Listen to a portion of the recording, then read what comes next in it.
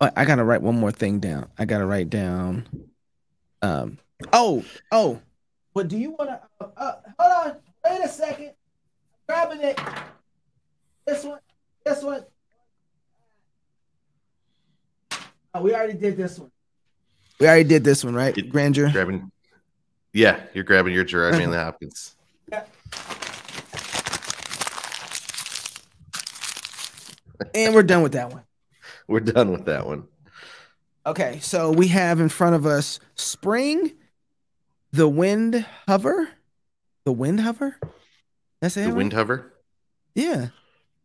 Okay. And then we have I'm trying to remember which ones I sent you. You said I got you sent me Spring, the Wind Hover, and As Kingfishers Catch Fire. Oh, excellent. Okay. So those are what we have in front of us today. But I gotta write this down. What was I trying to say? Hint of masculine. Best part. You know what I'm talking about, right? Hint. What did you say? I'm not telling you yet. If you didn't hear it, I'm gonna go back. Okay, so here's the deal. Last night, I went and watched Black Panther 2. Oh, okay. All right. And you're ready to talk about it. We can call it that. You know why I watched it? Well, because it was Black Panther, and so you're going to watch it no matter what? Exactly. I showed up to the theater, right. and the white folks were like, "So what are you here for?" I'm like, "Really?" They're just being polite because in Idaho they don't know how to. And then I just looked at him for a while, and he was like, "Black Adam or Black Panther?" I was like, "Oh, that's a good point. Good point. That's a good point. That's good. Yeah, I haven't seen Black you're right. Adam yet. Which one are you gonna go see? That was the only two options that he gave me. You know, yeah. I was like, "All right, yeah, no, I can see why you asked. That's a good point." Yeah, but. Did you not see the African dashiki I had on? You should have guessed that I'm going to go see Black Panther. Yeah. And then I got inside the theater, and I get it. But they had a poster for the movie Till, right? Now Till, you remember Till, Emmett Till? That's the Emmett Till. Yeah. Emmett Till one, yeah. And I think it was Jay-Z and LeBron James who worked on this one together. And I asked when I got in there, I said, "Hey, there wasn't any showings for the movie Till at all, were there, here at this theater?" And it would seem like, that's a bad decision to have Emmett Till show in northern Idaho in a little small town, Yeah. But I thought about it for a little longer, and I'm thinking, wait a second, if your objective and goal is to reach a group of people with this narrative that probably wouldn't know about it, then why wouldn't you be in a rural small town where people don't know, right? Like that should be your objective, is to be there to try to communicate something about this story, because this is a great story to tell. I don't know if I haven't seen it yet, so I don't know if they told it well. Yeah, I haven't seen it either. I'll probably see it next week. Oh, or if they loaded it. You got it out there in Spokane then, right? Oh yeah. Yeah. Okay. And I pretty much see everything that goes through. So yeah, I'm kind of the same way. I love the theater, so I like to go there. But well, they do have to make money though, and that's probably the balance that they're trying to. They ain't gonna make no money off this, Jason. They ain't gonna make no money. Not in. Well, I guess they're probably doing a limited theater run, so they're balancing. Can I make the money that it costs to get a limited theater run going back? But this is because it's a long term. But this is their missionary work. Like but this is their missionary work.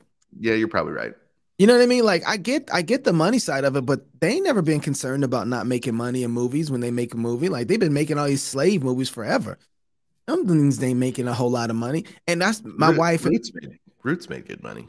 That was a long time ago. And it was the first time I think that we had seen something on screen that's not Birth of a Nation, right? Or not Birth of, what's the other one? The one that came before the early 1900s. Are you talking the you had Birth of a Nation was the one where the KKK. Yeah, that's the one I said it right. Yeah. So I mean, outside of Birth of a Nation, we hadn't really seen a slavery story really on television that had a series. Right. I can't think of one. I can't think of one either. Now we had a lot of black TV shows and black films that were being made, but this was raw. It was, when it was specifically made for the broader audience. Yes, absolutely. Because you'd had stuff made for a black audience, but stuff that's specifically made for that broader audience. It was massive, and I remember people talking about it. It was almost like 9/11, where after people were home or watching it on the PBS or whatever that aired it, and then they would go back to work the next day, and everybody was like, "Did you see?" And everybody's nice to each other. It kind of had this like, "Whoa, that was kind of bad," Well, that's that too. It was before critical race theory had redivided the nation, right? Like, interesting. It was a nation that was moving towards one another. That you had, because even like Boys in the Hood, it wasn't necessarily, I think, made specifically for a broader audience, but it went broad, and it had a major impact even on my white suburban neighborhood. We were talking about it. But you had hip hop that was pushing that. You had to look inside the culture after the music. So there wasn't. Yeah, that's exactly. So I think you had art was actually pulling people towards one another. It was breaking down racial barriers. It was creating conversations, and I think just that like, oh man, your experience and my experience, I can relate. There was a lot of that going on, or man, I can't relate to that, but the art is giving me insight into something that I can't directly connect with, but I can connect with through the art. You had a lot of that going on. Now critical race theory has redivided the nation. I mean, critical theory, on every level, right? So it drives me nuts because conservatives are all talking in critical race theory terms because they're like, oh, it's being used against us. We better hurry up and push back against it. But that's with the same.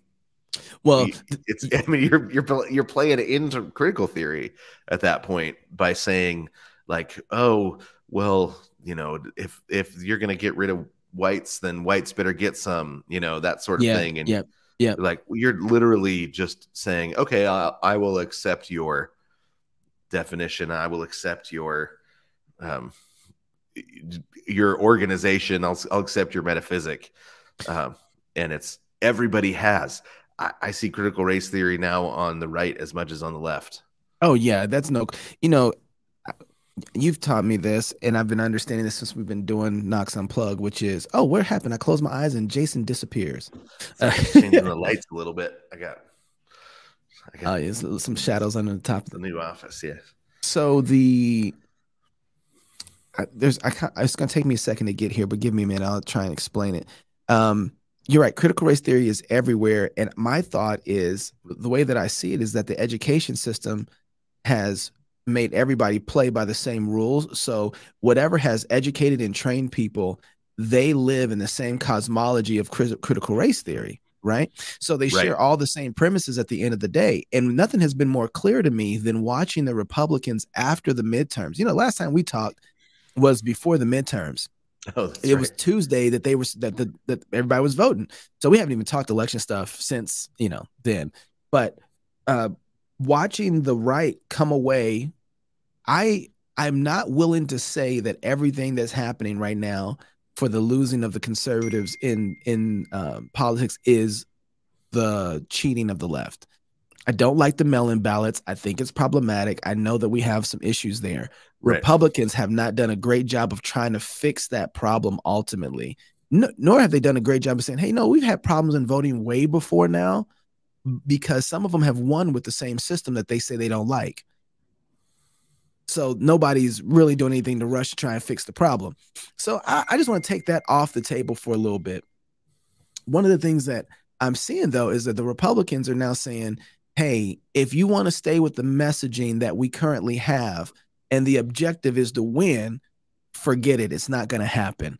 We're going to have to change our messaging so that the people can understand what we can do for them so that we can win. Because the Democrats are doing a good job of messaging and communicating what they're going to do for the people. And I'm saying, time out. Your job isn't to do anything for me. Right.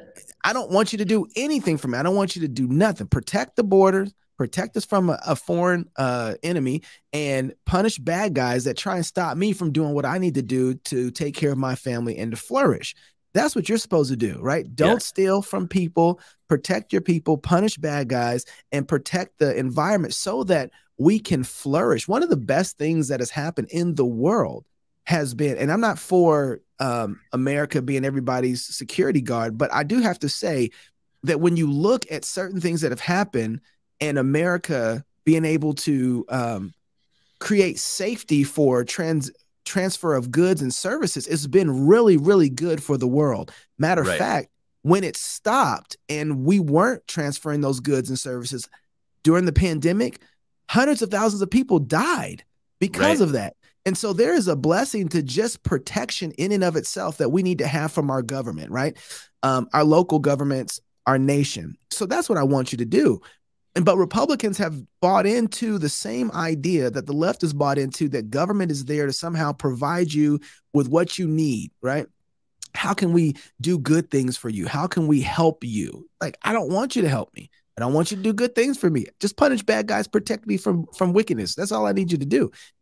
But we bought into the same cosmology. And so Republicans are now saying, oh, we need to change our message because we're not getting elected. And I'm saying, no, the people don't want what you're selling because they've all been educated underneath the idea that the government is there to make your life better. So you're not going to appeal to a person who graduated college, who has a liberal ideology, has been taught liberal things for what, 16 years, 18 years. Right. And then all of a sudden try and say, yeah, we're not willing to pay your educational debt. And they're like, whoa, bro, you're supposed to be making my life better. You don't appeal to those people. You're not going to appeal to those people apart from going through a cosmological adjustment and shift. They have bought into, hey, if I go to school and I get this job, get this education, go to college, then I get this job that the government has been telling me that's how I get ahead. And then they're going to pay for that education and I'm going to make sure I make a lot of money. And that has been, they have bought into that cosmological system. So then when you start trying to talk about, hey, independence is the way, self-sufficiency, get off the government's tit, right? Like when you start talking about independence and the responsibility of an individual to his family and to his community, those things don't have an anchor anymore in those people because there's no cosmological ground that that seed can be planted. You've been uprooted from the conversation. Well, if your fundamental identity is your citizenship in this state, and then the state isn't providing, that's like saying, I mean, it feels like abuse, right? Like I'm being abused because you're not paying my college.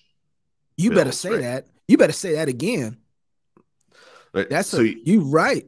Yeah, and that's what you're seeing. Their response is like, well, wait, what do you mean you're not gonna feed me? Aren't you my parents?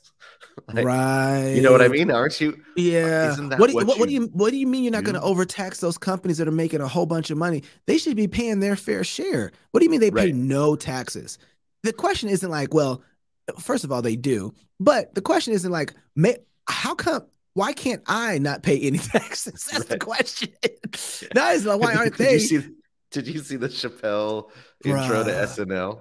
Bruh. Dude, that was so good. That was so funny.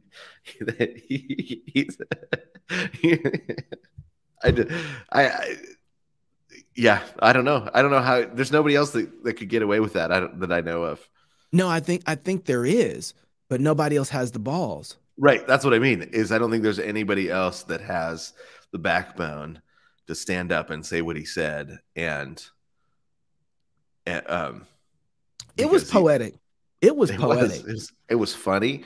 It was not partisan, right? He took shots at everyone. He was a prophet. He's a prophet, exactly. He's like, hey, guess what? In the part where just the opening joke was so good. And I mean, he came to Kanye's defense without defending Kanye, which was really, I mean, it was very interesting watching him walk that line. What did he say? He said, if there's a bunch of Italians, it's a mob. If it's a bunch of black people, it's a gang. If there's a bunch of Jews, that's just a coincidence, and you better not say anything. It's such a good joke. It really is. That's the kind of jokes that get you in trouble. Oh, I know. It was so funny, and it's the kind of jokes that I'm sure there were a lot of Jewish people laughing at too, because he's just pointing out something that we all know is true, right? The other one is there's never been anything good that happened after I started a sentence. The Jews. Use two words, the Jews. The Jews. Yeah, it was so funny. I mean, and what's funny is he gets that anybody that watches it and then hears him called anti-Semitic will know that that's completely false. Right. Because there was nothing anti-Semitic that he ever said, anything. He was telling jokes. But it makes you say, wait, so are all the other accusations of anti-Semitism then valid? Yeah.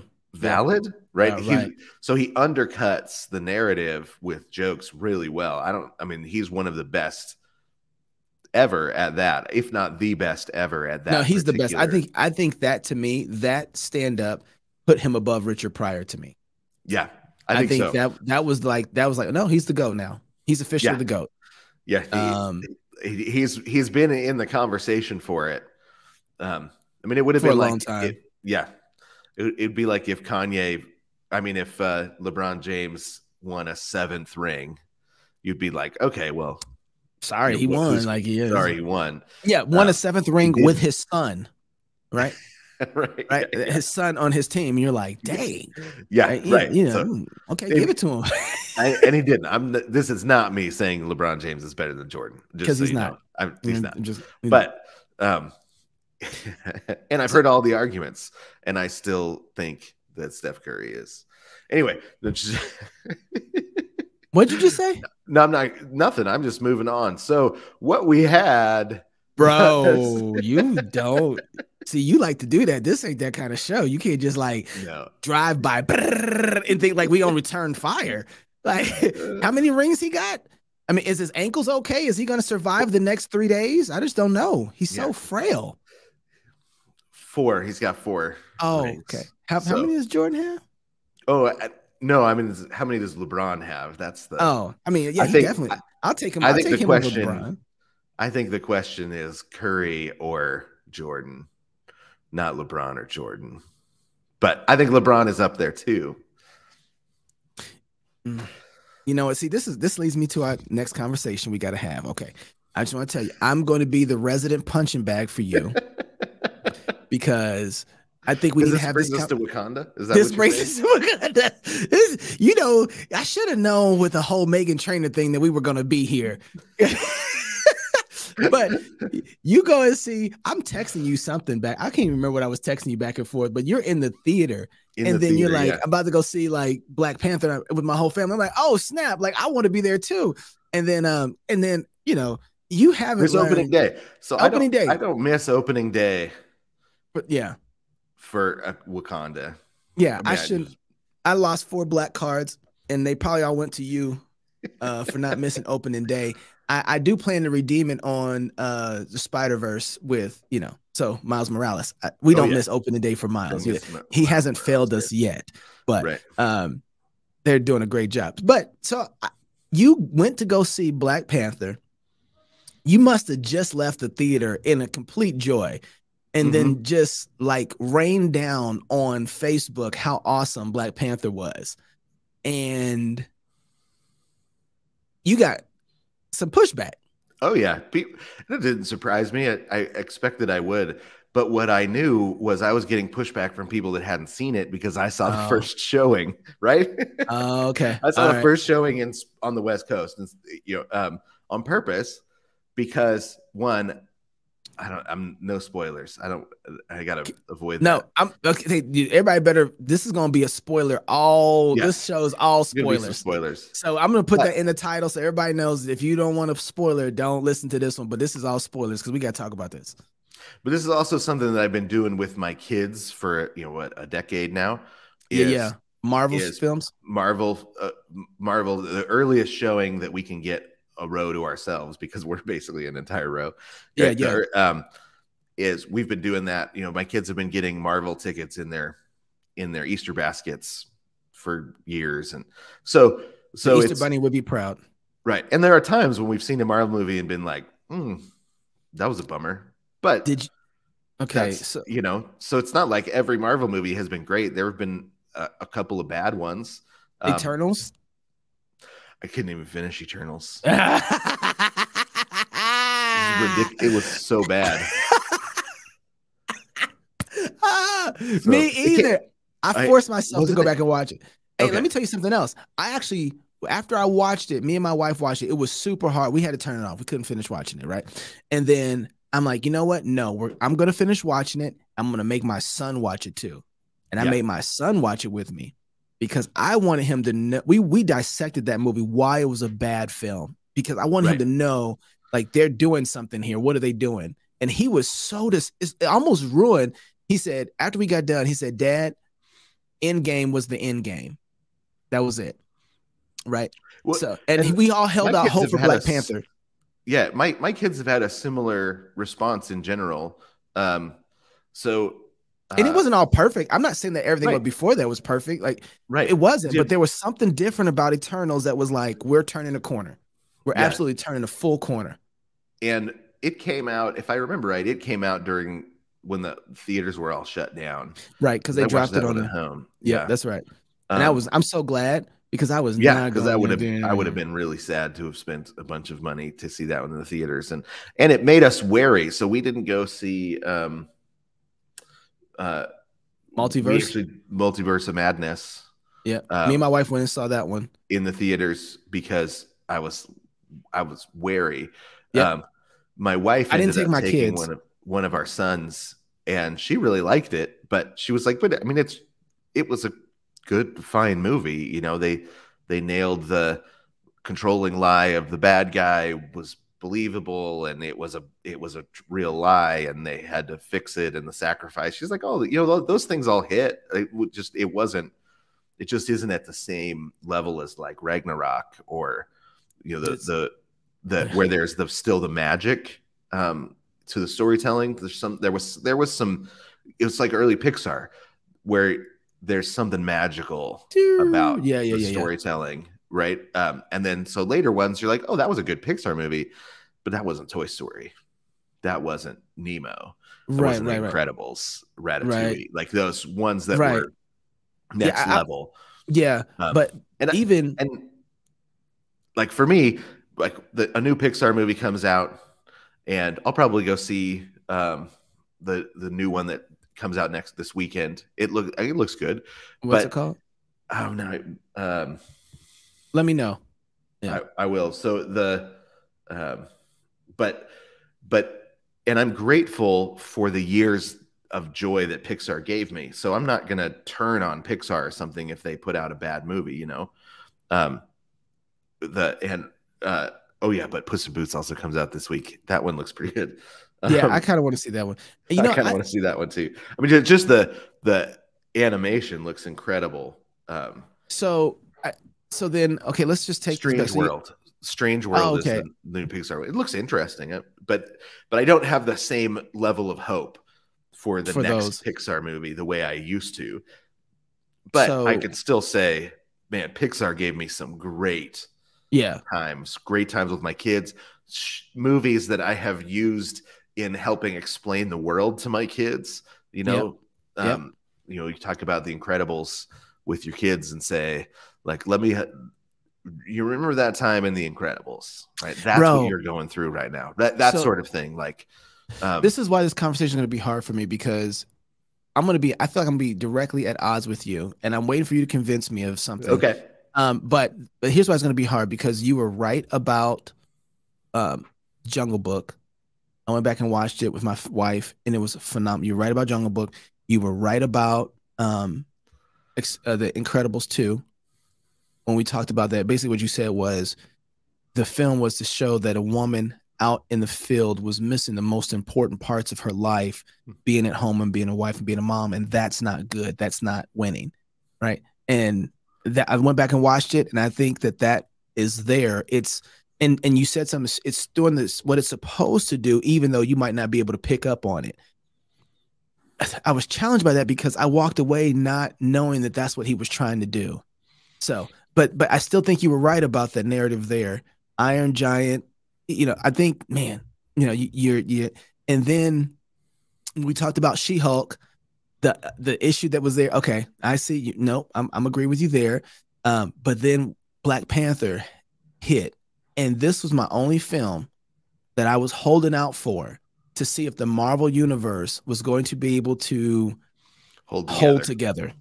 And I've lost all hope. Okay. So I'll give you 90 seconds first to explain why this, and then I want to take 90 seconds after you get done. Okay. So I'm going to give the positive argument, and then after we'll talk about why I think people are not understanding it. Okay, fair enough. Fair enough. So it's the story of a king who dies without an heir. Right? That's what the movie is about. Right? So what do you do when a king dies without an heir? You have his younger sister who literally did not prepare to be queen, and it shows. And you have his mom who never thought she would need to rule, right? And so they're thrown into having to run a kingdom, but they're not prepared because they were preparing for the role that they thought they were going to have, not the role to rule. And so the mom tries to rule, and the more masculine she gets, the worse it goes. Right? The more it falls apart. And then, so this is where the spoilers come in. When she's killed, and then the princess has to take over as queen, it literally almost destroys everything. It gets down to 15 people left.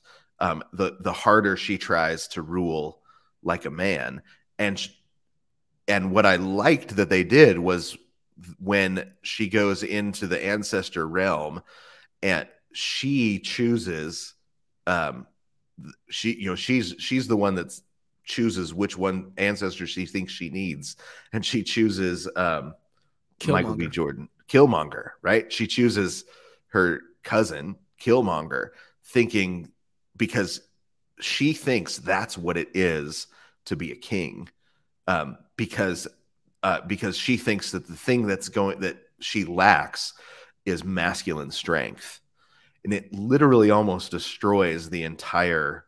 It almost destroys Wakanda, her grasping for masculine strength, and she doesn't realize it until she's got a spear through her womb. She has a spear through her womb, and that's when and she realizes that she is destroying the future of her people, and making her people fruitless when she's looking at a spear through her womb, right? And so she has to, and then what ends up saving it is when she turns around and shows mercy and chooses life rather than dealing death anymore, right? When she stops dealing death like a man and starts acting like a woman and is life-giving, it actually rescues her people, and reveals. That's what ends up revealing that there is a prince in hiding, right? That there is a prince in hiding, but she didn't know about it, and she wouldn't know about it because the one woman who's acting like a woman won't trust her, won't tell her the truth, right? So you've got the woman that's off taking care of children. She's off running an orphanage. She's off educating kids. She loves being a woman. She says, look, I know my whole role was to be the support of the king.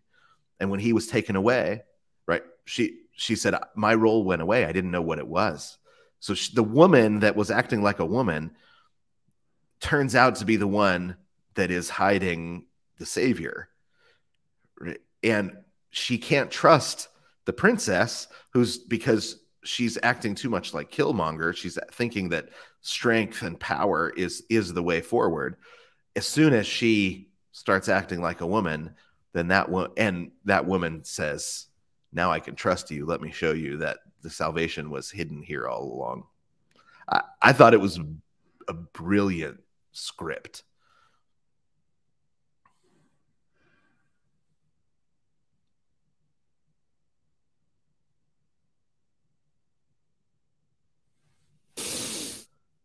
That was poetic witchcraft that you just did. I rebuke it. No, I rebuke it. I cast that spirit and demon out. No. I have a lot to say about that, Jason. Okay. And there were a couple of problems, I think surface level problems that are real. Okay, wait. Before you get there, I think this is really important. The surface level problem. Oops, I lost you.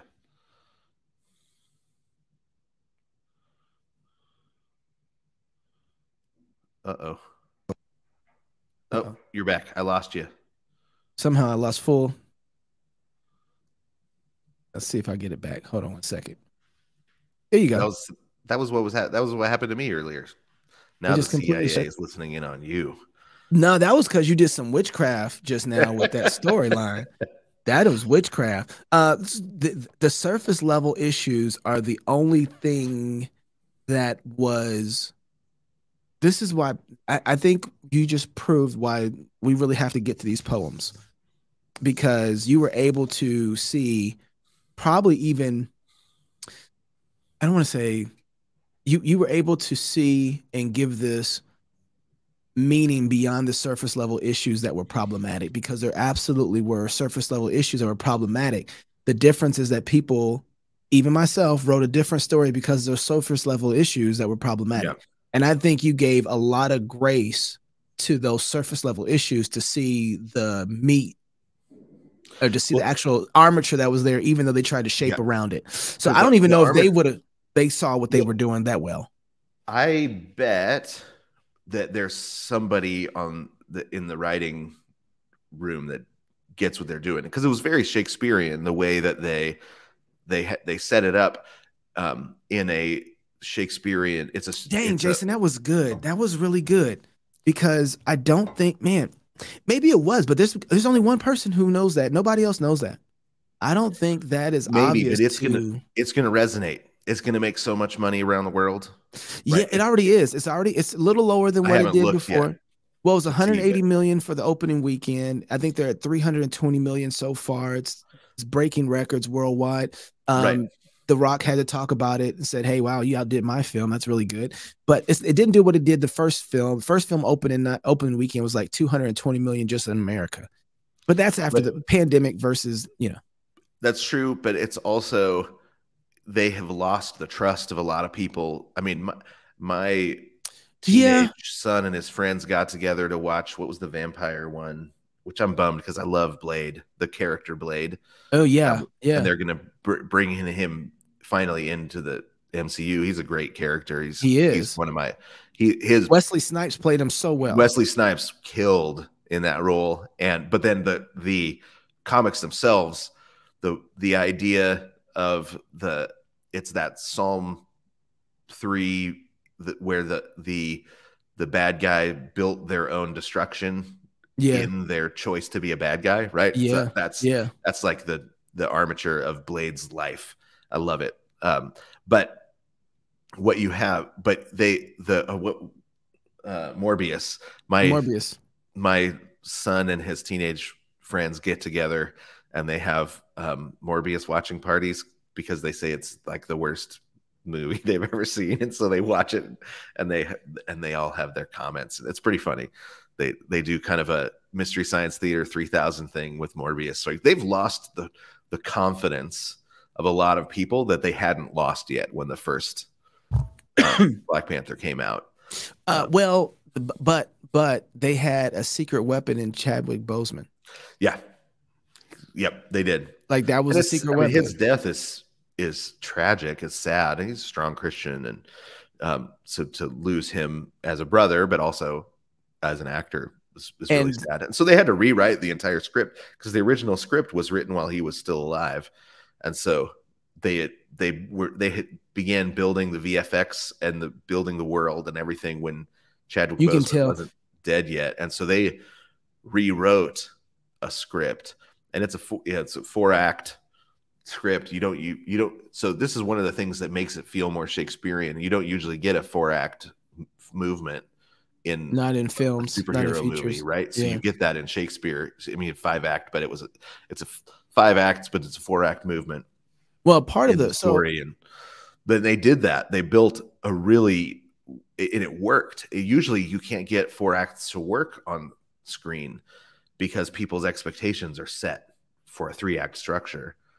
Their bodies get uncomfortable when you move into a 4th act because their bodies expect a 3-act script. It's a really interesting. Yeah, but that's exactly what Top Gun did. It was a 4 acts. Mm-hmm.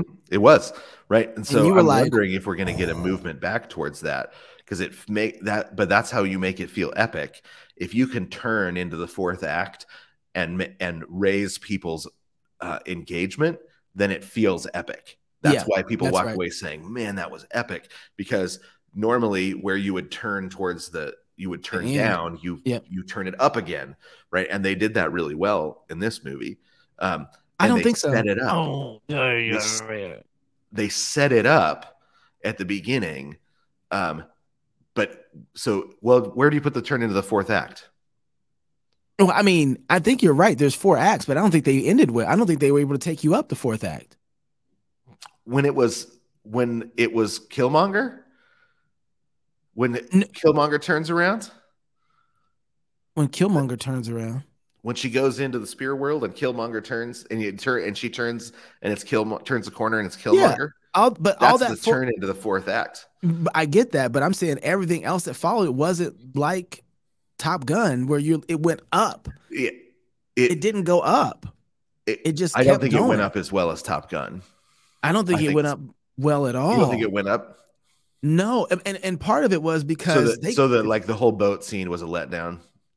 Yeah, it was, and part of the reason why. Okay, so let me get my. That's where epics suffer in our age. It's so hard to convincingly turn up into a 4th act. In film, people do it in novels all the time, and it works. But in film, this is why so many novels are hard to translate into film. I agree. That ability to turn the 4th act up because they have to double down on their lie in the 3rd act, and it works for them. And then it stops working in the 4th act while getting more intense. And that's hard. That's just really hard to do. They had the superhero structure 3-act it works so well. They had you wanting a lot more in the 4th act because it was late. So if they would have put the 4th act where the 3rd act was, then they would have had you, I think, thinking that. But they waited so long for it that you thought it was going to be better than what it was. So when Top Gun did their 4th act, what they did was the impossible. Yeah. Right. They did absolutely impossible. No one is ever going, oh my goodness, he's alive. Oh my goodness, he's going to die. We knew he was gonna die. Wait, he's not gonna die? He's not gonna die. Yeah. Oh, the guy gets shut out of the plane. How are they gonna get him back? Surely all the guys are gonna come and then like drop missiles and bring holy hell on this place, and these guys are gonna make it out. No. Yeah. We're gonna go steal and then find the old F-16. Yeah, and then it's nostalgic again. I mean, you can't. They did what they did, and I think this is the superhero, the perpetual superhero problem, is they ratcheted it up in Top Gun by ratcheting down. Right? They move. So the temptation in a superhero movie would have been, if Top Gun was a superhero movie, he would have discovered an even greater plane than the one that he had. Instead, he discovers a worse plane. And so the ratcheting up has to be within him, right? Within the Goose's son. So that Goose's son has to ratchet up within him because he's being ratcheted down externally. So Tolkien does that really well, because you end up throwing the ring into the hands of a couple of hobbits. Bro, when he's in the plane and he's like, we can do it. If I wasn't here, you would do it. That gives me goosebumps. He's like, it's not about the plane. It's about the man behind the plane. When he says that stuff, and then out of nowhere, all the truths that are there, that Cruise is like holding back. You know what I mean? He pushes him to go for it, And so I think that fourth is different. I don't, and the scene, the actual fighting on the boat, I thought it wasn't great. And so let me start back at the beginning with mine, because here's what I walked away saying. First, okay, they say it was like 4 hours of first cut. And I'm thinking like, I could help you cut that thing back to 2.5 hours. Just to be very honest with you, there was like, we could have cut this or 2 hours.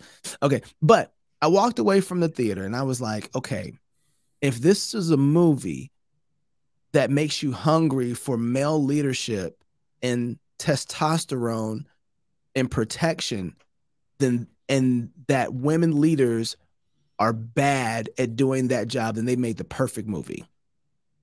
And it sounds like that I can harmonize what you just said with what I walked away with, but on two different sides of the scale.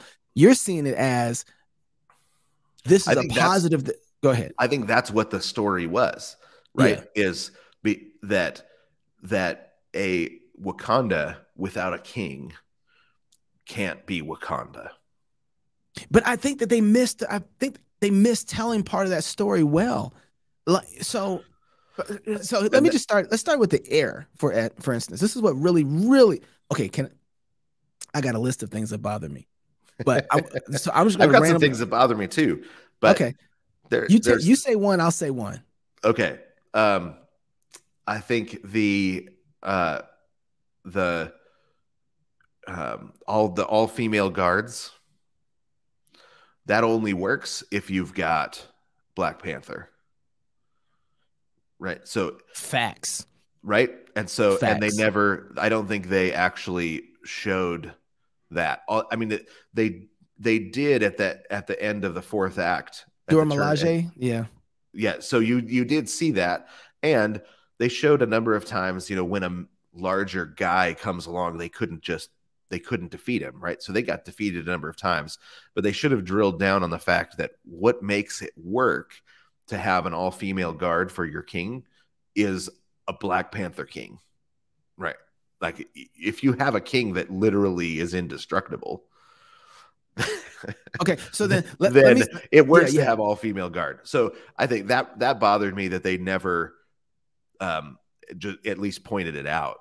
Like, well, they couldn't because okay, and this is where the timing in our day, you can't just say that. I'm going to throw two out.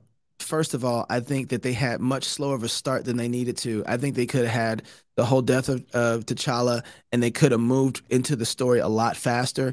I felt like the whole form of the storytelling was effeminate and slow. It was not an action film that had a story. It was more of a drama with a little action in it, and the action was effeminate. And part of the way I point to that is M'Baku. they feminized him and emasculated him. And it was very, very disappointing to see that, because M'Baku was the only person that was not a beta male inside of Black Panther 1. He was the only guy in Wakanda that was not a beta male. In Wakanda, yeah. Okay. Yeah. He was the only one. And he came and thought that T'Challa was soft. That's why he challenged him. Mm-hmm. And he had no problem challenging him. And so when I thought about that, I was like, oh, yeah, that makes a lot of sense. But then M'Baku is soft throughout the whole thing, asking questions like he's a counselor. What does your heart tell you? He didn't care about your heart. You got Wakanda to protect. You better get past this death. You got to fight. You are the leader now, right? And then at the end, where they have the battle for the Black Panther, who's going to lead, he's there without Shuri. And I was like, wait a second. He would have challenged from the beginning. Right. So and she would have lost, because the only way to go ahead. He wouldn't have challenged the Queen, right? Because of the respect that for Black Panther, though, he would have. Right. So there's no Black Panther. It made sense. He would protect the Queen. He would protect the Queen. If Shuri's going to show up as a Black Panther, yeah, he's not having that. He's not having that which is actually how they ended. And this is one of the things that I think, how is that going to work? Because Shuri literally doesn't show up to defend the throne. Right. Because she has learned that's not the right role for her. But so they left that I think they should have. I don't think it's her motivation. Well, that's what they don't make clear. So turn, I think you're right. At the end of the fourth act bothered me. So and here's the part that really, so the reason why they had to have her leave was because remember what it takes to be the Black Panther is that you have to win physically in battle without the power of the Black Panther. Yeah. And she is not going to be able to beat him in any way without the power of the Black Panther. It's game over. Right. And so the Black Panther, go ahead. And I think they showed that. And the only reason that didn't happen before was because there was so much chaos in the turnover. So at the moment that Shuri's going to show up, of course he would challenge it. That. So, but I think that, and they show part of that though. Remember, they start to, and they don't finish it. That I didn't like. That was failure. That was failure to me. I bet the 4-hour version had more of that. Well, then cut out the. Well, then cut out the American. What did they cut out? Easy. They must have cut something out, because you could have cut more out. I think you could have cut out the whole them going to America scene. That was weak. Remember, you got to remember the first film when they go to America with T'Challa. That was one of the best scenes in Black Panther. It almost rivaled the end because of how well it was done, how well it was shot. The fight scene. Short. It was short. It was short and quick, and they didn't. They didn't do that. This one was a whole long scene about how the car works and her with the princess, and then this new girl who really didn't have to be a girl, but they made sure it was a girl. It actually could have been a guy, but let's not talk about that. And she's making this Iron Man suit. Okay, we got it. You guys are making her the new Iron Man for she's the new brilliant scientist. She's the new Tony Stark. Got it. But anyway, so they got all that. They could have cut a large part of that out. They didn't need all that. That wasn't exciting. Yeah. That wasn't. The fight scenes weren't nearly as good as they were in the first one. Right. My question is that the thing that I didn't like? So story level surface issue. It also felt like there were too many unresolved introductions. And where the blue people. You never felt like somebody was in the first round of the leading up to Endgame, the first three good sections. Point. Yeah, you never felt like anyone was added for any reason other than the particular movie they were in. Even when you found out later there was a bigger part of their story. It felt a number of times like something was being introduced that was needed for a later movie. Absolutely. Or I don't like that. or that was picked up from the TV show because they had to add it late for, they had to add it because it was coming. So that makes sense. The other, so that bothers me. I don't like that. It's the same thing that you see in TV all the time when you've got an episode that doesn't stand on its own. Like, well, why did you make it? Why did you make it as an episode? Just make a 8-hour movie and just tell us, watch it in chunks. I don't want you to turn it into episodes if the episodes don't hold together on their own. Yeah, we're kind of used to them not, though, so we've kind of been conditioned to that. The other thing that really bothered me, and you might disagree with me on this, there wasn't a real bad guy. So when Suri goes to the water world and she meets the guy with the girl and they go down to I told my wife, she was there with me, I said, there's no way you can kill this guy now. Like, you can't kill this guy now. It's not possible because he's not a bad guy. Right? He's not a bad guy who has ill intent and look to destroy the world. He is in defense mode. He's trying to protect his people. He wasn't a bad guy. He was a guy who was. I agree with you about him, but I disagree with you that there wasn't a bad guy. Okay, who's the bad guy? White people? No, Shuri was the bad guy. Okay, maybe, but that's not how. Okay, she was the protagonist, but she was the one destroying Wakanda. She was the one who, you know what? They didn't write it that way, I don't think. I think you're being gracious in the way that you're viewing it. I think you're viewing it probably the way that it should be viewed, but not the way that they intended. Maybe not. That might be. But that's what I think made it. So Shakespeare does that all the time. Hamlet. Well, the royal family is the one destroying, the kingdom in Hamlet. Macbeth and Macbeth's weakness is the major threat to the kingdom in Shakespeare, and so I don't think we're used to storytelling like that, where we like our main characters to need to grow, but to never be. They're never gonna even accidentally destroy the world or the kingdom. I think that's what made Civil War so good. Civil War, I think, is my favorite of all of the. Yeah, I think so too. Marvel universe is because the bad guys are the mistaken ideas of the good guys. The threat, I guess you would say. Yeah. So there was a bad guy though in that film, but he was using them against each other and they destroyed. Exactly. Which I think that in this there wasn't. I don't mind that Shakespearean narrative. I think that can work, but the bad guys were just an external force. Yeah, literally, they were a force of nature. You know what? No, that's not true either. Here's what. Look, I wrote this down because I wanted to remember it, and I forgot about it until just now. The bad guys are white folks in this one. They are the colonizers. They are the people who were killing his family. They're the people who will come for you. And so what this really was that the Mexicans and the black folks, while they might be antagonistic toward each other, they need to stick together ultimately because the same white people are going to come for them just like each other. And so we need to be able to bond together, even though we're having this fight.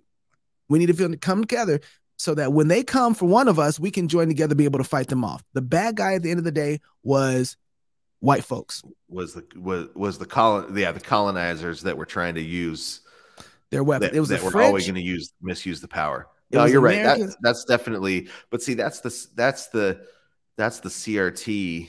Yes. Interpretive grid that's always being forced onto everything. It doesn't work on its own. It only works if they get something right. Right. So when you get something right underneath it and then you lay that across the top, then it gives the illusion that the CRT interpretation is going to work. I think there's some other things that go along with that CRT stuff. I think they were trying to say white women are no longer allies. Well, you only had the one white woman who has all the power, right? And the ally was in the white man who was trying to stand up against her, right? The one colonizer but white women, the feminine the feminist movement, those women are not in the same way an ally anymore. I think there was a clear message sent. There's a certain type of, and they were clear about what kind of woman she was with the purple hairline. Come on now. Right. They were. Oh no. And I think but what's hard is the feminist movement has been taken over by dudes in dresses. Hey, right? But they don't know that yet, though. But they don't know that yet. That's the thing. I don't think that they know that yet. The feminist movement is just now starting to push back a little bit at this, and so I don't know if they know that that's happening. That might be that, but it's because it's so. But I think that's one of the things that's so interesting is if feminism is that women can do anything a man can do, it literally makes no sense to say, but a man can actually be woman of the year. Right. Or that men are better at being men are better at beauty pageants than women. That's the opposite of feminism. It's strange to watch it happen, because you think,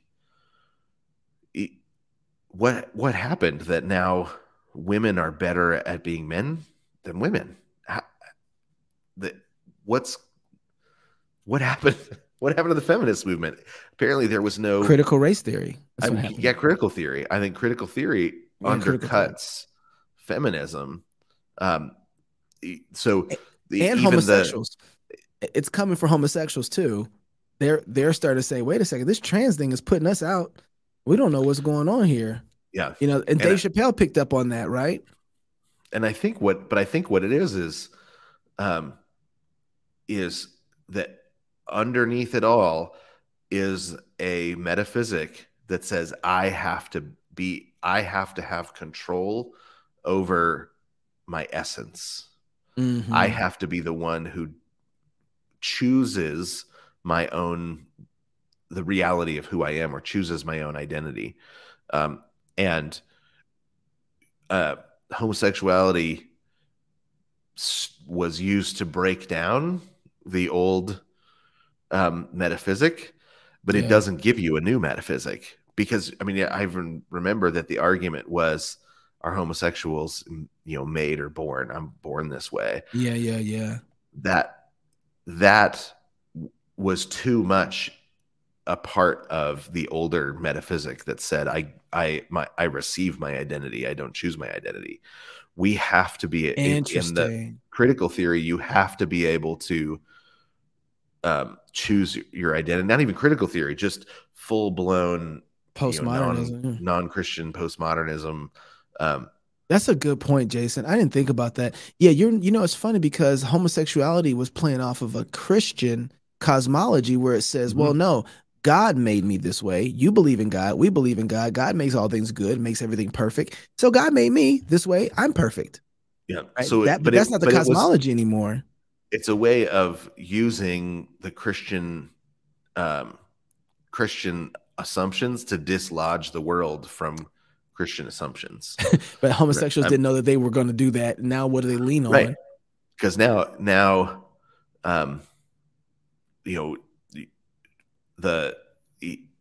if you have to say, well, no, look, my identity is something I received in any way, you're no longer the God of the system. That's right. That's your will is not.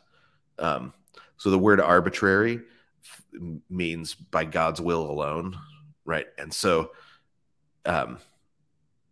when we want to be God, then our will has to be the one that arbitrarily decides reality, arbitrarily defines reality, which means I can make it this reality. And so you see this in communism, right? Where they'll come along and they'll say, hey, this week everyone has to say the sky is green, or else you're going to the gulags. You're going out to the work camp until you're willing to say the sky is green. And then next week we're going to change it back to blue. Now you've got to say, right? So the state is God, and they prove it by arbitrarily, by their will being arbitrary and everyone having to go along with it. Because God's will it's not arbitrary in the sense we use it now, but arbitrary means that only God's will in the final analysis, only God's will is what makes this. That's what arbitrary meant, right? So, why are leaves green? If you say, well, ultimately it's arbitrary, God wanted it that way, that means God's will is ultimate. It's the end of the arbitrary argument, the argument from arbitrariness. You have the argument from God. So then would arbitrary be argument for who is God? At the end of the argument from arbitrariness is the God of the system. So there's not like a decree, like in the same way decree is used in the same sense? Yeah. Okay. Yeah. So it's when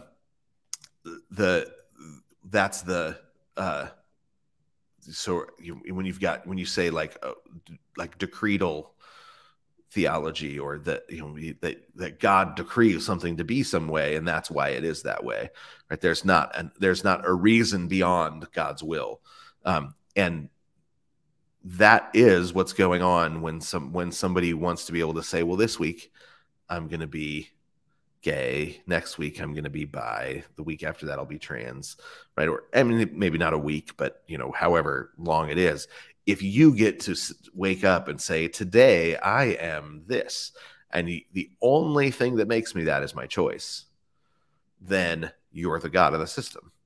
So anything less than that was just a way of dislodging us from a reality that was received, not shaped, a reality that has a nature that is not something that we define. But we do not use that word like that at all. I mean, the way we use it, I think it's still that is what it means. We just disagree on who's the God of the system. Right. Yeah. Yeah. Okay. But that's why something like Spring, like the Manly Hopkins, Manly Hopkins, or let's actually look at Kingfishers Catch Fire. Okay, hold on. Can I say one last thing about the Black Panther thing? Because you said it's funny that you picked up. I'm learning. I got to say, I really, really appreciate your assessment of it.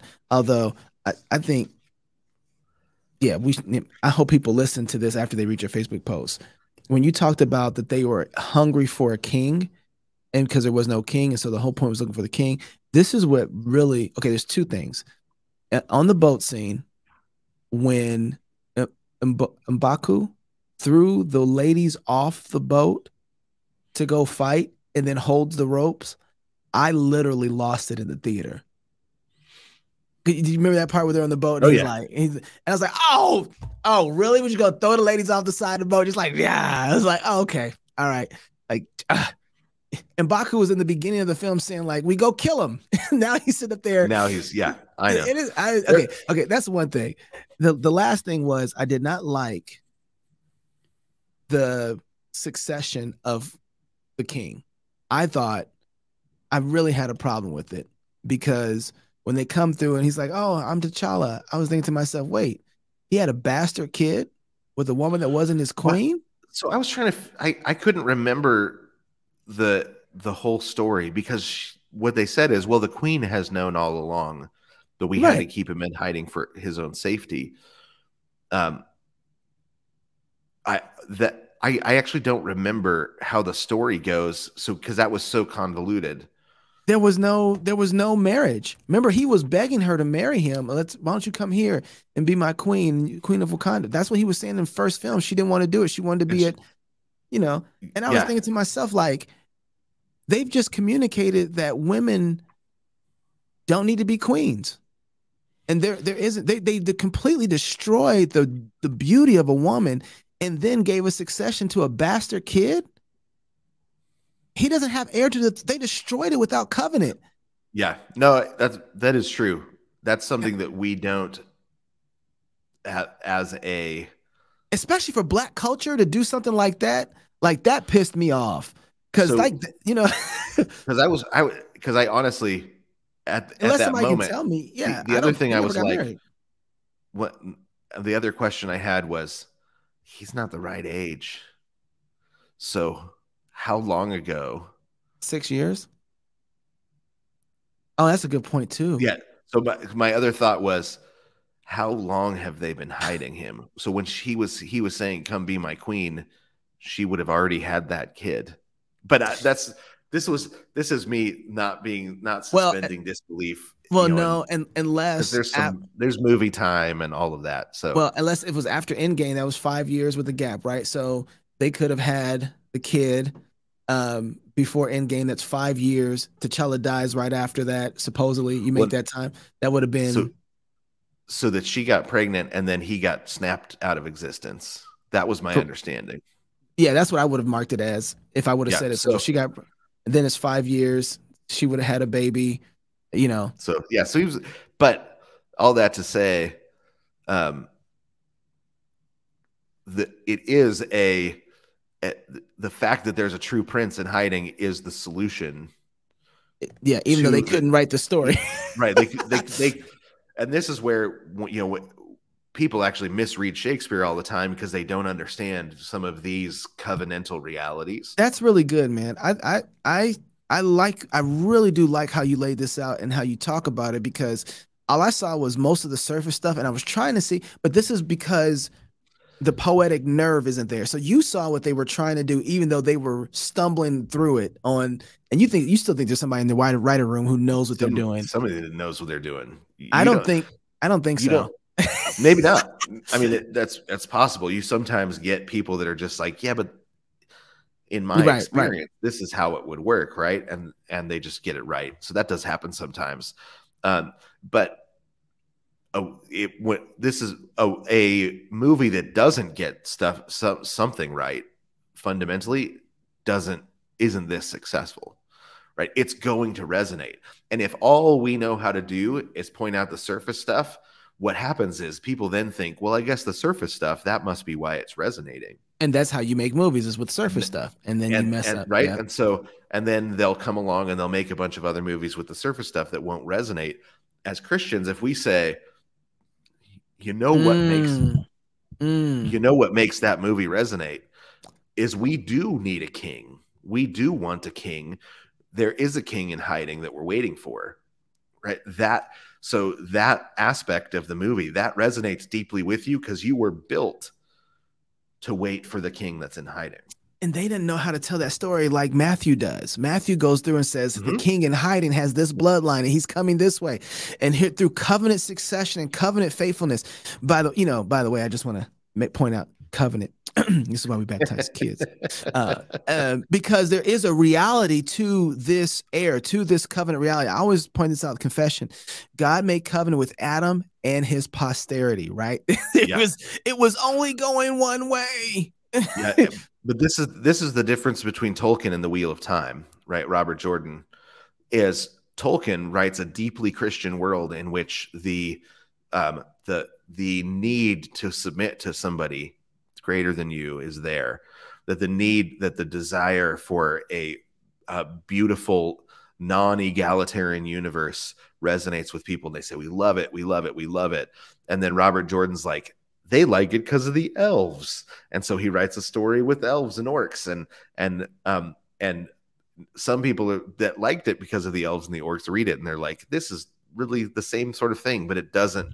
Then they make Wheel of Time movie and everybody's like, ooh, or TV show, ooh, that didn't resonate the way Tolkien did. What's the deal with that? They make The Ring of Power and people are like, oh, this isn't resonating the way that stuff Tolkien wrote did. What's the deal with that? And we don't know how to, we're like, it's because they messed up the nature of the elves, and it's because they didn't get the mythology right. And they're like, no, it's because they didn't get the hatred for egalitarianism right.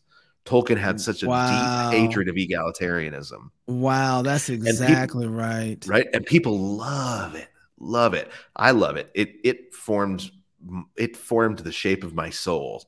Wow, right? Jason. Doggone, you got to say that again, man. You got to say that again. Please say that again. I don't know how. So the thing that makes Tolkien resonate is his Christian understanding of a world in which egalitarianism is an enemy.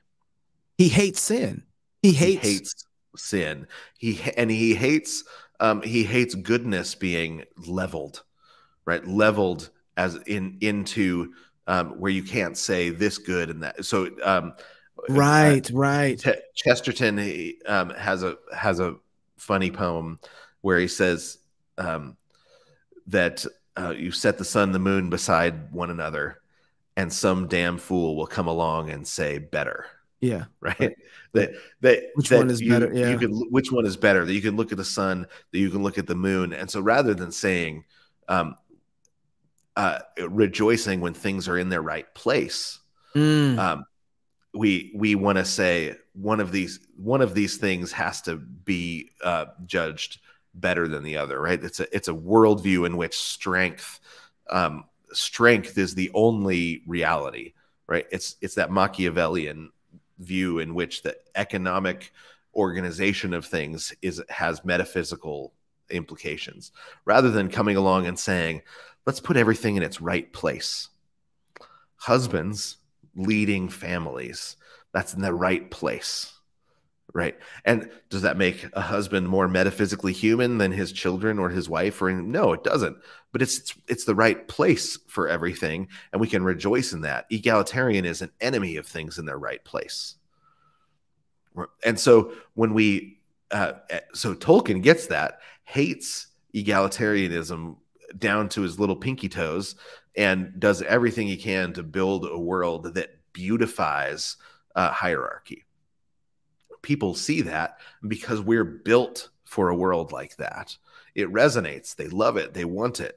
Somebody comes along and says, dwarves, that's the ticket to selling lots of books. Let's build something let's make a world with dwarves in it. And there might be a few people that say, I like this because it's got dwarves in it. But if it's egalitarian, it's not going to resonate with people the same sort of way. But if we can't separate it as Christians, then what we end up doing is saying, oh, that new thing, they didn't do the dwarves right. That's why it's not good. That's why it's not resonating, right? Rather than saying, well, no, it's egalitarian. Egalitarianism's ugly. Egalitarianism is destructive. Egalitarian hates people. Right.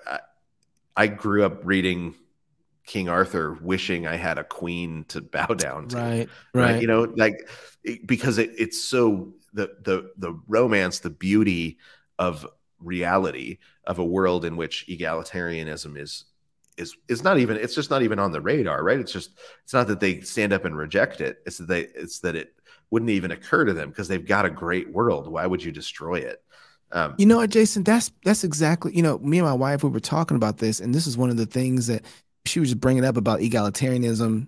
We weren't even thinking about that idea, but we were just thinking about the roles and the women.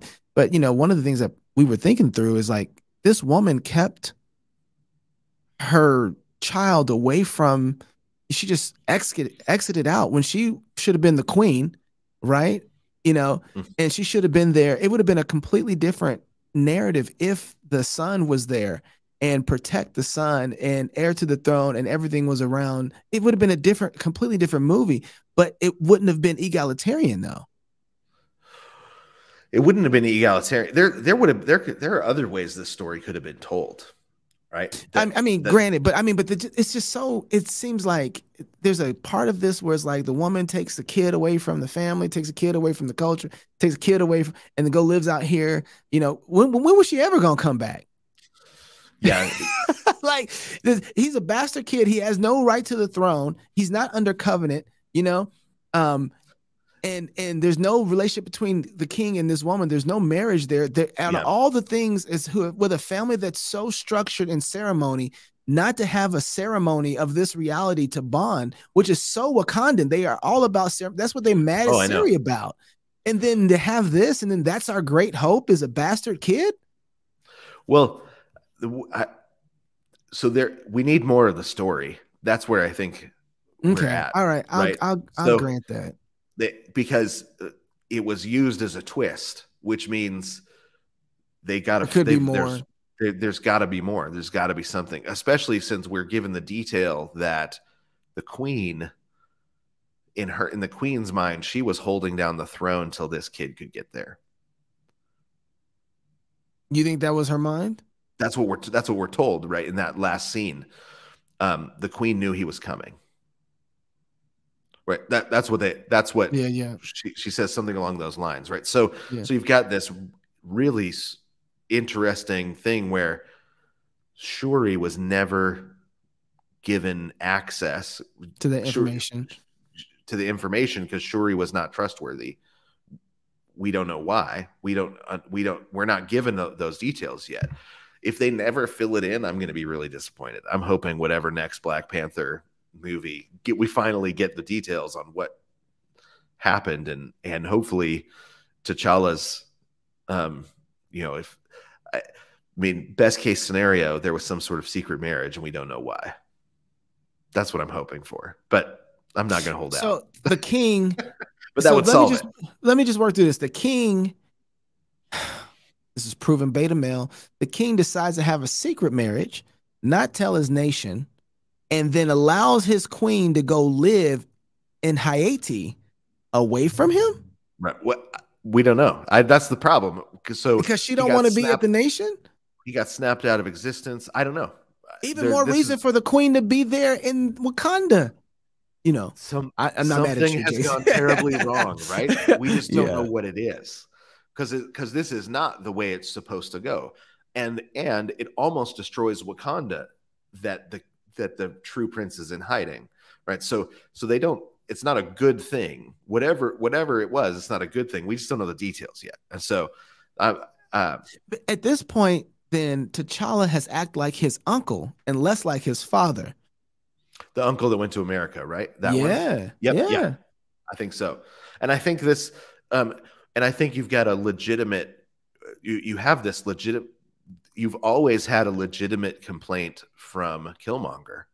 So real legitimate complaint against T'Challa that has to do with his unwillingness to make the hard call and on behalf of his people. Right.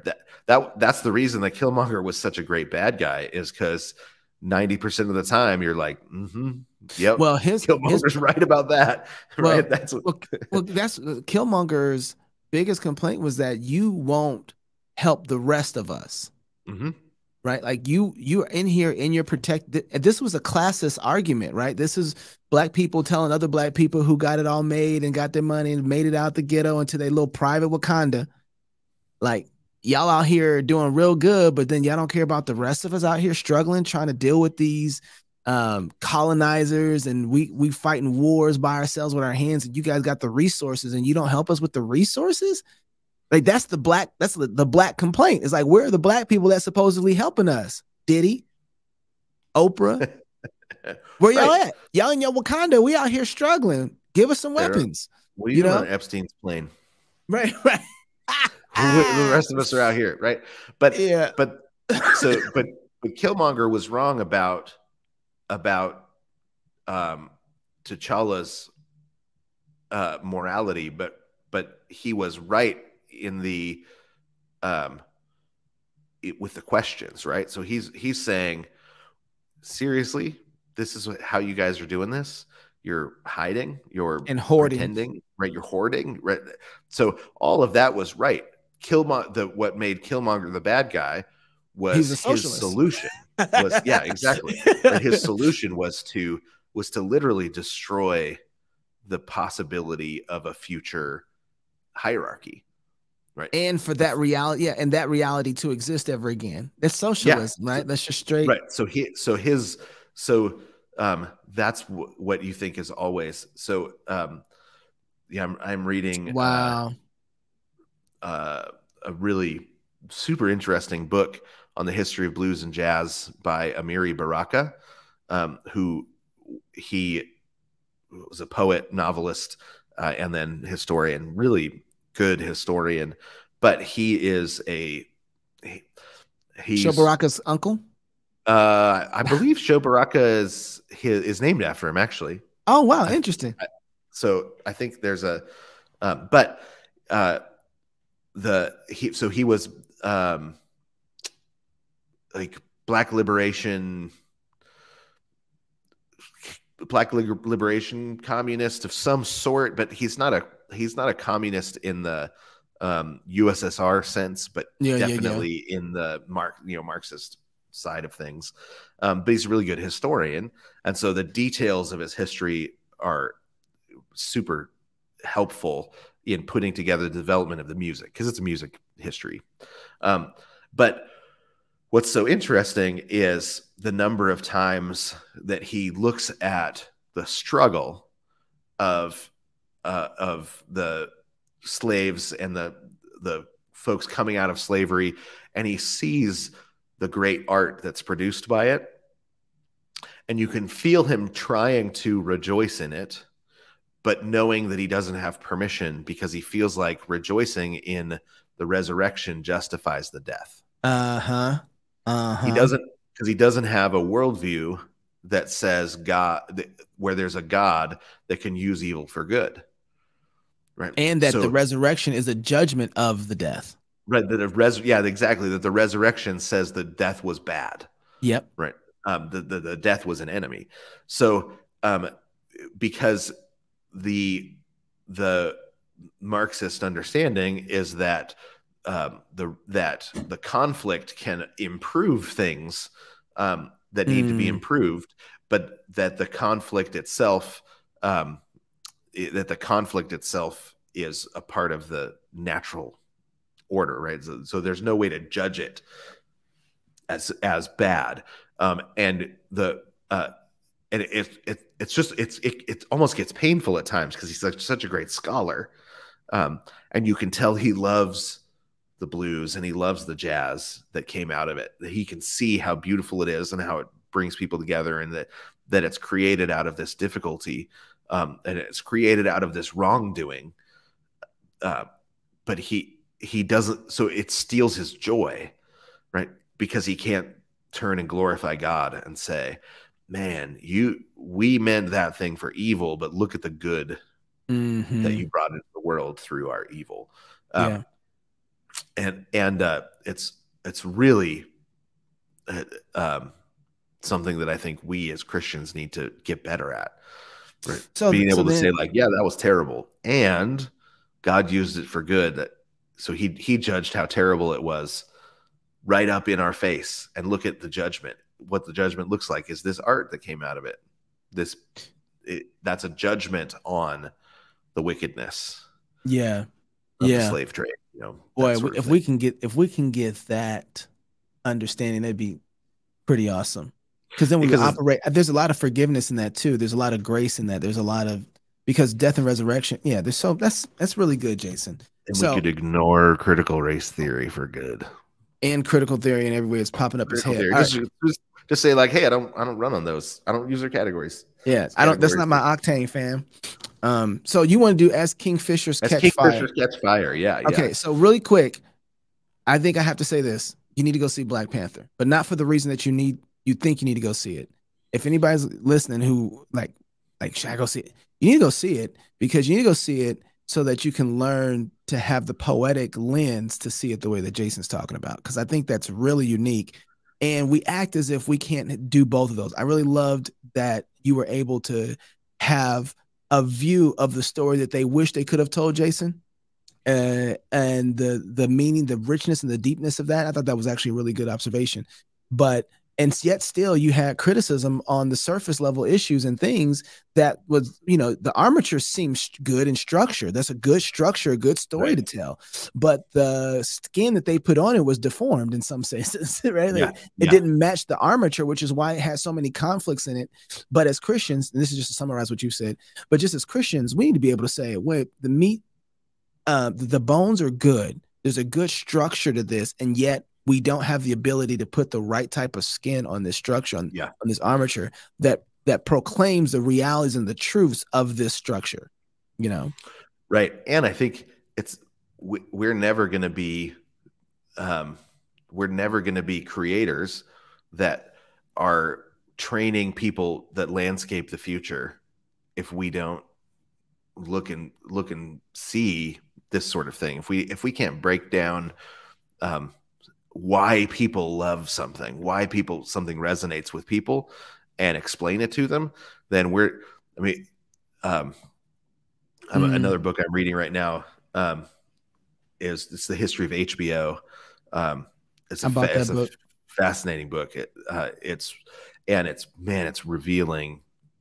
But some of those shows that were on at 1 a.m. on a Monday morning on HBO have been more influential than primetime shows at the time, because those shows trained the next generation of artists. Those shows gave, so the real influence is in the landscaping, the landscapers. Which is it, a history by HBO, or is it Inside the Rise of HBO? A personal history of the company. It is Tinderbox. HBO's Ruthless Pursuit of New Frontiers. Oh. Okay. It's fascinating. I mean, it's partly fascinating because it's, in my it's what I do, but it's also fascinating because HBO has been so much more influential for its size than any other TV network, that I think we have a lot to learn about just the way society functions, the way media works, the way it's influential, by looking at something like that. All right, I got it. All right, so let's do this poem. All right, as kingfishers catch fire. Yes. So kingfisher is a kind of bird. So as kingfishers catch fire, dragonflies draw flame. As tumbled over rim in roundy wells, stones ring. Like each tucked string tells, each hung bell's bow swung finds tongue to fling out broad its name. Each mortal thing does one thing in the same, deals out that being indoors each one dwells. Selves goes itself, myself it speaks and spells, crying, what I do is me, for that I came. I say more, the just man justices, keeps grace, that keeps all his goings graces, acts in God's eye what in God's eye he is.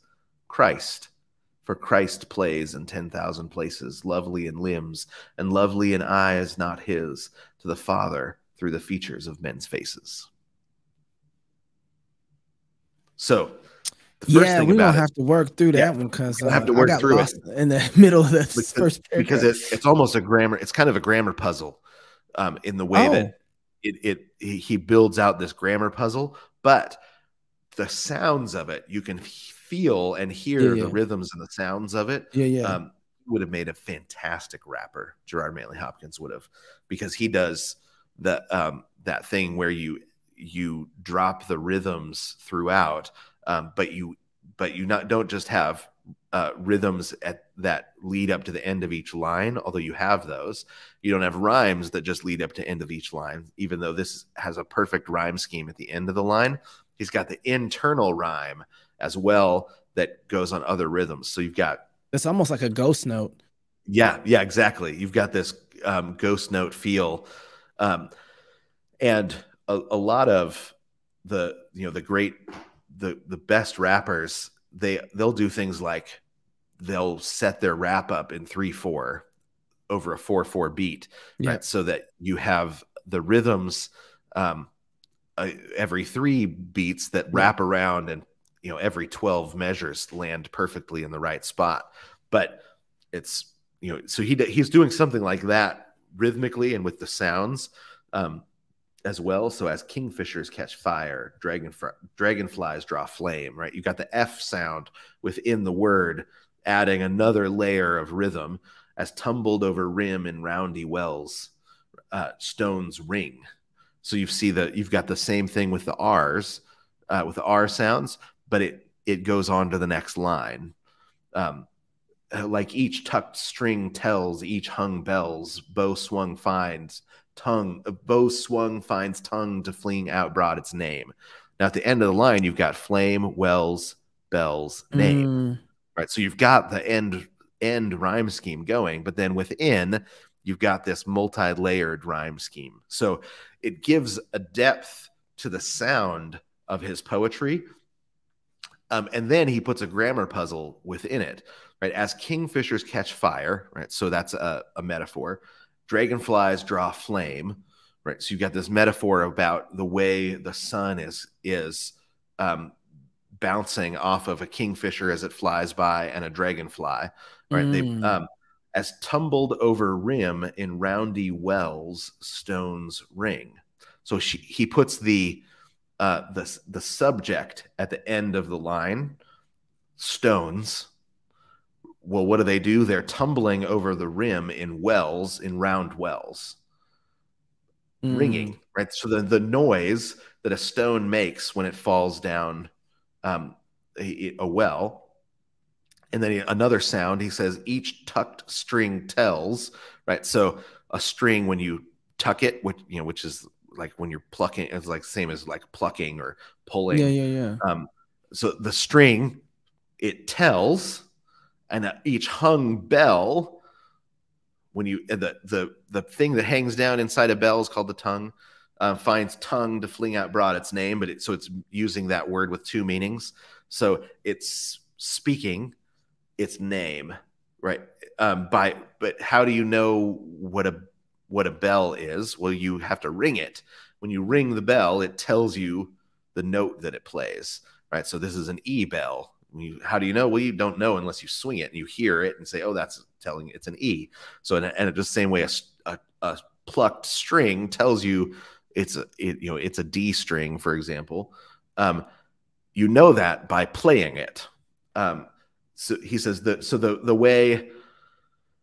way you find out what a thing is by using it for what it's for and listening, right? A string or a bell, it tells you what it is. So each mortal thing does one thing and the same.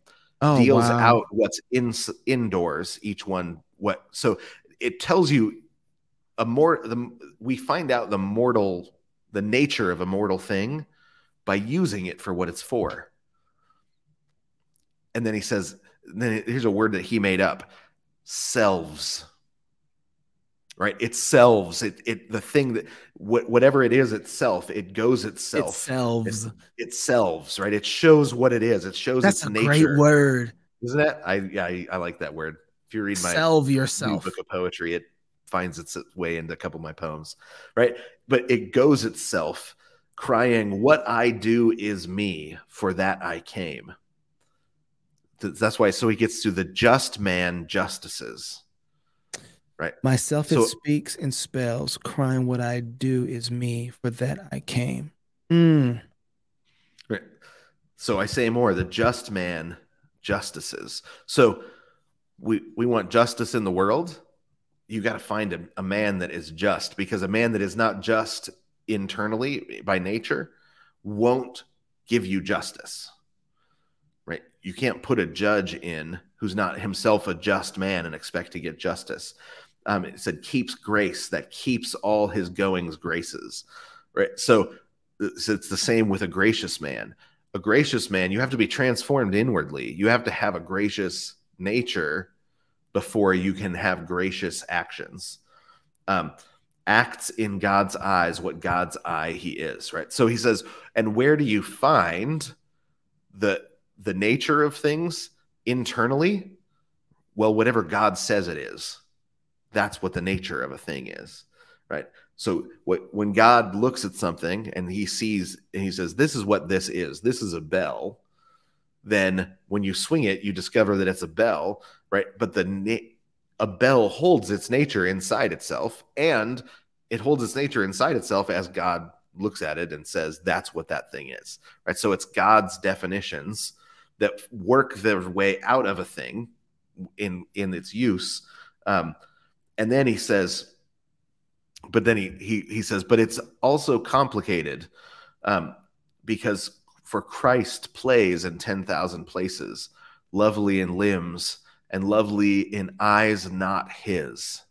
Right? So he says, but when God, the Son, took on a human nature, it complicated things because suddenly every human nature then becomes a reflection of Christ. Right? So that Christ's humanity is the same sort of humanity, but it doesn't change the nature of humanity, but it changes the nature of every humanity, right? Now, every humanity, when you look at a person, you see, oh, Christ has come to me. Not because Christ has come to you in that moment, but he says, what you do unto the least of these, you do unto me, right? So that there's this relationship between Christ taking on humanity and the relationship between the nature of humanity and humans. Is that so now is that all, is that bringing more revelation to made in the image of God? I think so. Yeah, it is. So you were made in the image of God, but it turns out Adam was made in the image of God because someday Jesus was going to take on the image of God. And so Jesus is the image of God. Adam is also the image of God. Jesus is the divine image of God, taking on the human image of God eventually, and bringing together the divine and human images of God in his two natures and as one person. I need more poetry to work that one out better. It's beautiful. It is. It's beautiful. So he's saying there's this deeply poetic nature to reality, right? That reality. So kingfishers catch fire, right? Is a metaphor, right? But it turns out every human being is a metaphor of reality, right? Is a metaphor of ultimate reality. Christ, who is the point that holds all things together. So he is pulling together things that we tend to pull apart, right? We want to say, well, okay, Jesus is one. He's one person. He's got two natures, and we don't want the two natures to touch or mingle, right? So we pull them apart. But they can't actually be pulled apart. Now, they don't intermingle, right? Well, like we learned from the Nicene Creed, they don't intermingle, but they are unified by his single personhood. Right? So there's a poetic way of understanding that makes it so that every time you see a person, there's a reflection of Christ to you because he became one of these. And every time you see a person, it's an opportunity to serve Jesus through his image who's standing in front of you. Matter of fact, that's so evident in the law because the law is broken down in that split form. Honor God, love your neighbor, right? There's a reason for that, you know? But the second commandment is honor God without making any images. And then the fifth through ninth commandment is honor God at my image this way. Don't make any images, second commandment. But then he says, but now treat my image that I've already supplied to you this way, 5 through 9. And then I think the 10th commandment is sort of a summary statement. All covetousness is idolatry. So it's a reconnection to the first commandment. The 10th commandment reconnects to the first commandment. And so you've actually got kind of a looping commandment. The 10 commandments are a looping poem. But yeah. That makes sense. Yeah. But he's saying if this whole place is spoken into existence, then the word of God, whatever God says a thing is, that's its nature. Right? And what's interesting is he's actually solving what is a major, I think he's poetically solving what's a major philosophical quandary between Duns Scotus. So we talked about this. We've talked about this a little bit, but Duns Scotus and Aquinas have nominalism, realism. This debate there's a thing. Do things have a nature, or is the word of God, whatever God says a thing is that its nature, and it's changeable?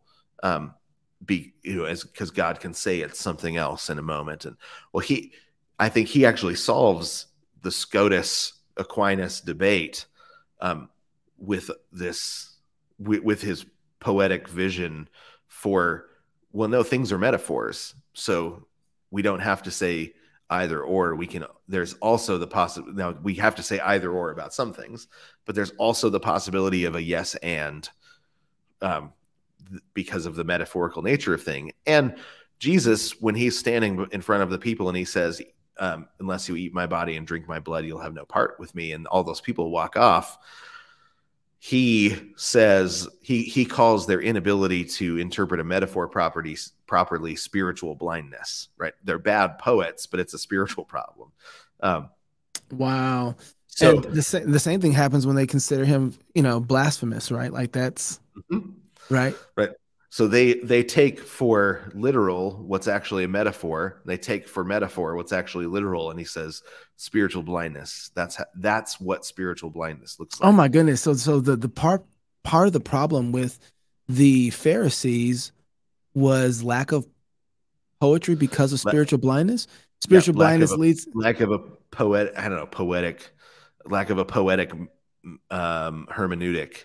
So when they see the showbread, it's like they should have looked at him and said, "Oh my goodness, the bread of life, the showbread." They should have been able to make those connections. And part of their judgment was that they weren't making those connections. Yeah, and they were supposed to be people who were of the word.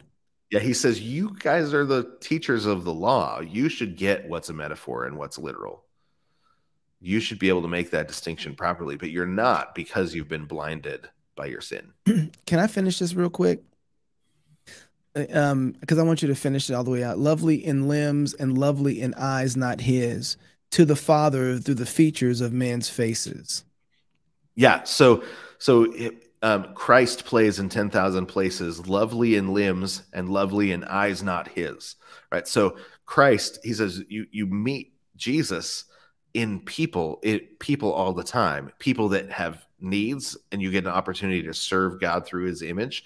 But also Christ, we've all experienced this, where somebody comes and they have the exact right thing in the exact right moment to say to you, or to, they show up when you need Jesus to show up, and he shows up through somebody else. Lovely in eyes not his, he says, and how do we know? Because it leads us to the Father. That's what Jesus does. And so when we meet another person who leads us to the Father, then we're actually meeting Christ through somebody made in his image in a poetic sense, right? It's not like Jesus is temporarily possessing them like a quantum leap sort of thing. But that metaphorically or poetically through his image, Christ meets us both in needs in other people, where we get an opportunity to act Jesus, to like Jesus towards somebody, and Jesus receives that as worship and service towards him. To the least of these, you've done it to me. But also there are times when we are the least and somebody else is Christ towards us. And we know it because through the features of men's faces, we're led to the Father, right? By people that aren't Jesus, Jesus leads us to the Father by showing up in and through them, right? And so we do this when, my wife and I will often pray, Lord, love our children with your love through us, right? We pray prayers like this. We understand this is how the world works. We experience the world this way. We don't have the theological categories to encourage our children to expect the world to work this way. We know it experientially, but we don't know how to communicate it because it's a poetic. Our prayers are often filled with poetry, because the world is so much that way in our experience. But then our kids have to just kind of experience it and find it out themselves, because we don't have a theology that can explain that to our kids. We don't have the ability to teach our children to expect the world to function in the deeply allegorical, deeply metaphorical ways where Christ shows up through somebody. We read through this the first time. I was like, man, that's pretty dense. Took me a second to work through it. How do you do that? How do you? Well, first off, I think like I always like when my kids were in elementary school studying grammar, I always would say, this is going to give you access to the great poetry. That's why we do this, right? Surely grammar or whatever it is. However, this has a point. Learning the grammar is not the point. Having access is what a liberal arts education does, right? It gives you the freedom, the keys, the access to the world's great knowledge. And the poetry is at the heart of the world's great knowledge, the maturity of knowledge. So a lot of it is just grammar, right? When you read something and you say, well, where's the, as tumbled over rim and roundy wells stones ring, that's an awkward construction. But once you find the subject and the verb, then you can put together the sentence and figure out what it says. It says straightforwardly what it says. Stones ring when they tumble over the rim into a round well. I've asked this before, but so then what's the importance of saying it the way he did if he can just say that?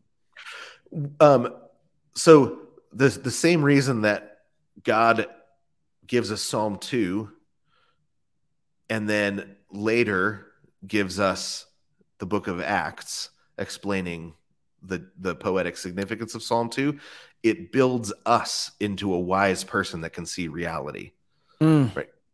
So the world was created out of 6 poems. We should expect the wisdom to be poetic, right?